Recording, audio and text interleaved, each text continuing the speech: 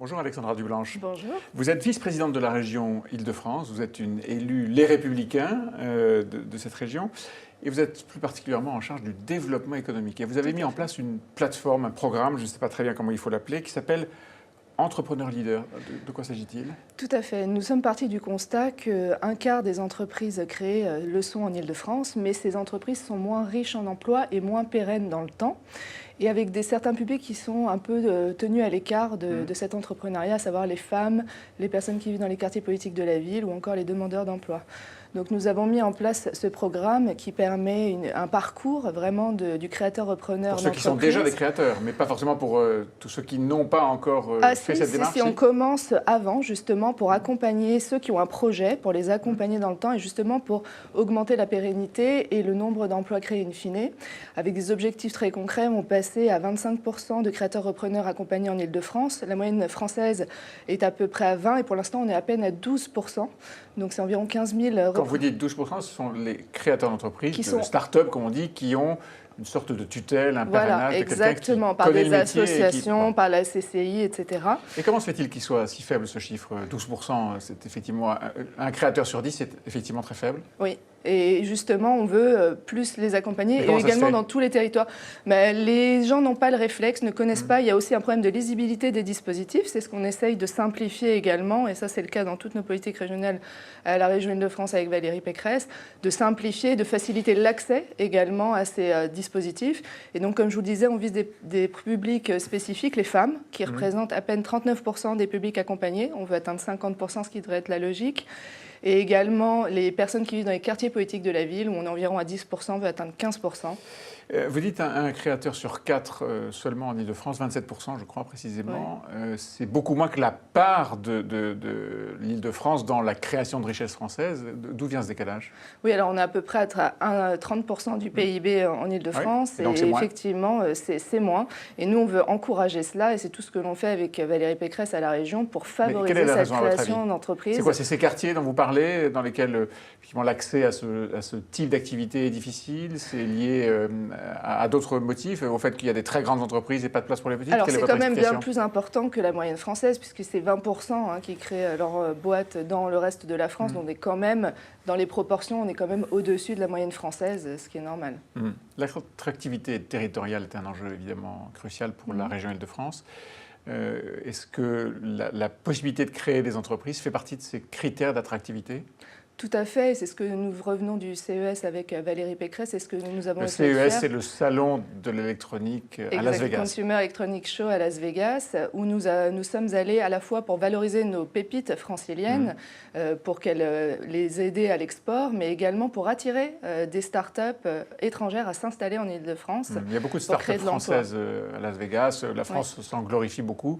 Il n'y a pas beaucoup de grandes entreprises. C'est par exemple Valeo est très présente là-bas, mais beaucoup de toutes petites entreprises, peu de moyennes et pas de grandes. D'où ça vient? Alors nous, c'était un peu différent sur le stand Île-de-France puisque nous sommes partis avec 3 grands groupes, PSA, Total par exemple, ou La Poste, qui ont amené aussi des start-up puisque ces entreprises essaient aussi de se moderniser. Mais ces entreprises que vous évoquez ne sont pas des entreprises qui font partie de l'univers de l'électronique, du digital, du numérique. Elles vivent ces grandes transformations, mais elles ne sont pas créatrices de transformations. D'où ça vient? Alors, je ne suis pas tout à fait d'accord avec vous. Par exemple, La Poste travaille énormément sur ces problématiques de numérisation. L'Engie également, en aidant aussi, mais par le biais de start-up qu'elles soutiennent, effectivement, pour créer de nouveaux services. Et nous, c'est ce qu'on veut encourager pour créer de nouveaux services pour les Franciliens. Oui, la fiscalité fait partie des problèmes d'attractivité en France? Oui, même si les choses s'améliorent, bien évidemment. Et nous, on essaie d'agir à notre niveau à la région en proposant des aides. Par exemple, on a annoncé des aides pour les entreprises étrangères pour qu'elles viennent s'implanter. On a aussi fait une politique très active post-Brexit pour attirer des emplois en Île-de-France, de la croissance. Il paraît que ça agace un peu les Anglais, mais ça, c'est toujours à faire. Dans le grand programme de transformation et de réforme sociale en France, Emmanuel Macron a fait passer l'acte 1, les ordonnances sociales. Oui. Il est en train d'essayer d'implanter l'acte 2 et en particulier la réforme de l'apprentissage qui provoque beaucoup de tensions. Les régions ne veulent pas lâcher leurs prérogatives. Les chefs d'entreprise, le patronat, ne veulent pas lâcher les leurs.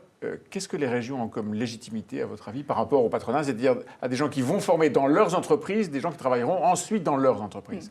Alors déjà, je voudrais dire que ce n'est pas un problème d'ego. Les régions ne se battent pas par ego pour récupérer l'apprentissage. C'est bien que vous le précisiez parce qu'on se demandait quand même un peu. Voilà, alors il y a deux choses. C'est que déjà, on se rend compte que quand les régions font le boulot, ça marche au niveau de l'apprentissage. Là, avec Valérie Pécresse, on vient d'avoir une augmentation de 6% de l'apprentissage en Île-de-France. Ouais. On bat les records de nombre d'apprentis en Île-de-France. Mais cet apprentissage, il se fait à la fin des fins, il se fait en alternance avec des entreprises. Est-ce que c'est vous qui devez être, vous les régions, je veux dire, leaders sur ce genre d'activité? Notre crainte, si les branches récupèrent l'apprentissexemple, c'est que certaines branches très structurées n'auront aucun problème, tel bâtiment, mais d'autres branches poseront vraiment un problème. Et par exemple, les artisans commerçants sont très anxieux puisqu'ils savent que leur branche n'est pas aussi structurée et donc ils auront beaucoup plus de mal pour l'apprentissage. Et je pense encore une fois que lorsqu'on fait le travail, les régions ont des résultats et on le prouve tous les jours avec Valérie Pécresse. Et là encore récemment, on a introduit des critères de performance, par exemple pour les CFA, on est plus flexible dans les ouvertures, fermetures de CFA. Bref, si on nous confie les rênes et qu'on est actif, c'est certain. Ouais. Là, ça marche. Bon, en tout cas, pour l'instant, c'est mal parti. Je veux dire, les négociations ont été tendues par les régions et puis ça s'est réglé ce week-end. Hervé Morin était là il y a 2 jours, le patron des régions françaises, pour dire en gros qu'ils avaient gagné, les régions. Et là, c'est le patronat qui quitte la table de négociation. Donc, l'apprentissage, c'est pas pour tout de suite. Bah oui, nous, en tout cas, on se battra jusqu'au bout parce qu'on pense vraiment qu'on peut faire des choses très concrètes. Et le but, voilà, c'est qu'il y ait plus d'apprentis. Il y a 72% des apprentis qui ont un emploi à la fin. C'est extrêmement important de développer l'apprentissage en France. Et il ne suffit pas de le dire comme le font tous les politiques, mais de le faire. On parlait des start-up il y a un instant. Vous avez créé, vous, une start-up. Fédéravox, c'est une entreprise, vous avez fait ça avec votre mari, et c'est une entreprise qui a eu son heure de gloire au moment de la campagne présidentielle. C'est une entreprise, c'est un logiciel, c'est un programme qui aide à la bonne fabrication d'une campagne électorale, si je puis dire. C'est un modèle que vous avez importé des États-Unis? Tout à fait. J'ai étudié et travaillé aux États-Unis. Je travaillais sur plusieurs campagnes américaines. C'est Barack Obama qui avait été célèbre pour avoir digitalisé, entre guillemets, sa campagne. Exactement. Et donc, on a apporté ce modèle-là de ciblage des électeurs qu'on avait mis en route pour Valérie Pécresse, puis François Fillon pendant les primaires. C'est-à-dire que ça identifie les électeurs qui ont été touchés par votre message, ceux qui ne l'ont pas été, ceux qui sont réticents, sur lesquels il faut retravailler, c'est ça le programme? Ça explique là où il faudrait aller en priorité pour toucher les électeurs et diffuser au mieux le message du candidat. Ça ne marche que pour les élections ou ça marche aussi pour faire du commerce, par exemple? Non, je pense que les entreprises sont bien plus développées, ont beaucoup plus de données à ce niveau-là, donc on est plutôt que sur des élections et des campagnes électorales. L'Europe est en train de pousser un programme et d'implanter un programme qui devra se mettre en France très rapidement en place pour protéger les données personnelles, pour que les entreprises puissent garantir à chacun que ces données personnelles ne sont pas utilisées ou ne peuvent pas être volées ou distribuées n'importe comment.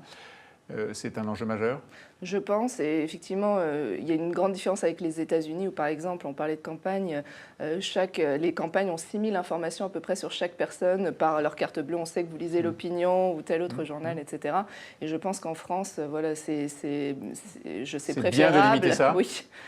Même si c'est un frein à la croissance. Alors je pense qu'en France, on est dans l'extrême inverse, donc un juste milieu serait quand même efficace. Ça arrive souvent, la recherche du juste milieu. Merci beaucoup, Merci à Alexandra vous. Dublanche.